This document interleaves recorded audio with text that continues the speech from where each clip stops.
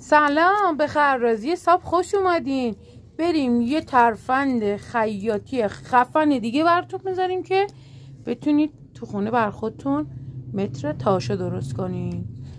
بریم ببینیم چیا میخواد. یه پوکه خالی نوار تفلون، 1 متر 1.5 3، حالا هر چند متری که دوست دارید. این قسمت رو ببینید با چاقو به این حالت در میاریم. مرسی.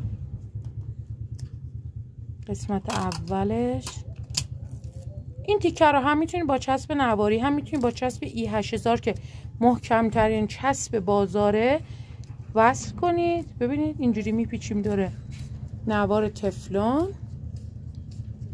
خیلی هم قشنگ. اگه دیدید مترتون یه مقداری پهن میاد، میتونید اون بغلی رو که کم استفاده است رو بردارید.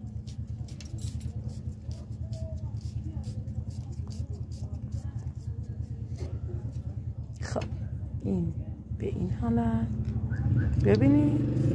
او خفنه ها، ولی